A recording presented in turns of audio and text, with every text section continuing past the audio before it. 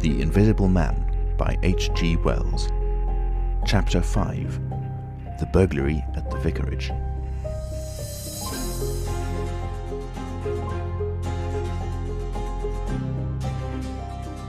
The facts of the burglary at the vicarage came to us chiefly through the medium of the vicar and his wife.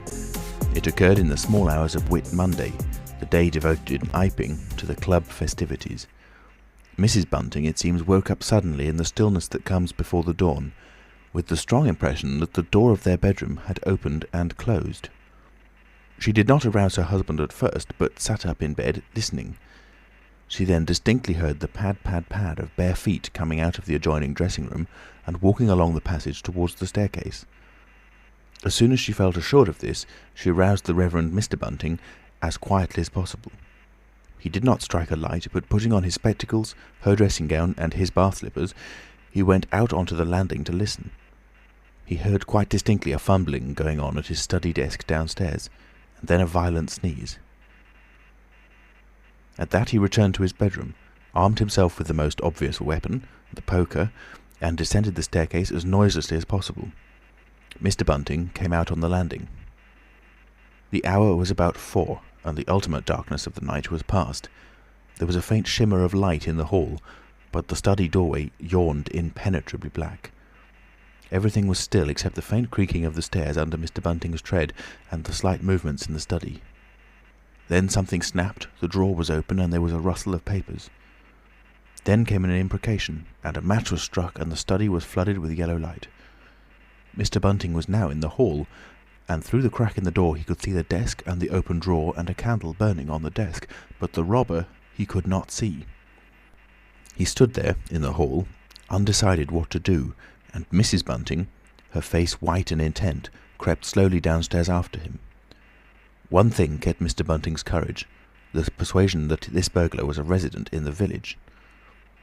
They heard the chink of money and realised that the robber had found the housekeeping reserve of gold, £2.10 in half sovereigns altogether. At that sound Mr. Bunting was nerved to abrupt action.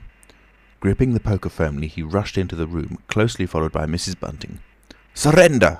cried Mr. Bunting fiercely, and then stooped amazed. Apparently the room was perfectly empty.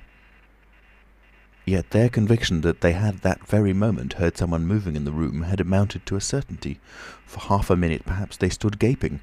Then Mrs. Bunting went across the room and looked behind the screen, while Mr. Bunting, by a kindred impulse, peered under the desk.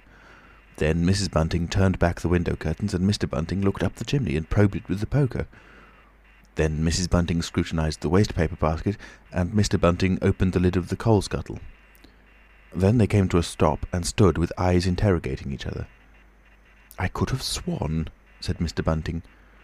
"The candle," said Mrs. Bunting. "Who lit the candle?"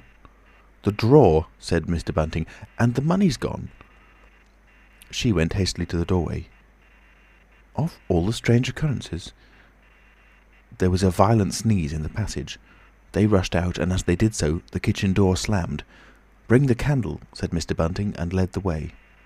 They both heard a sound of bolts being hastily shot back. As he opened the kitchen door, he saw through the scullery that the back door was just opening, and the faint light of early dawn displayed the dark masses of the garden beyond. He is certain that nothing went out of the door. It opened, stood open for a moment, and then closed with a slam. As it did so, the candle Mrs. Bunting was carrying from the study flickered and flared. It was a moment or more before they entered the kitchen. The place was empty.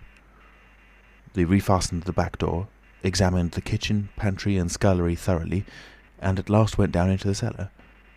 There was not a soul to be found in the house, search as they would. Daylight found the vicar and his wife, a quaintly costumed little couple, still marvelling about on their own ground floor by the unnecessary light of a guttering candle.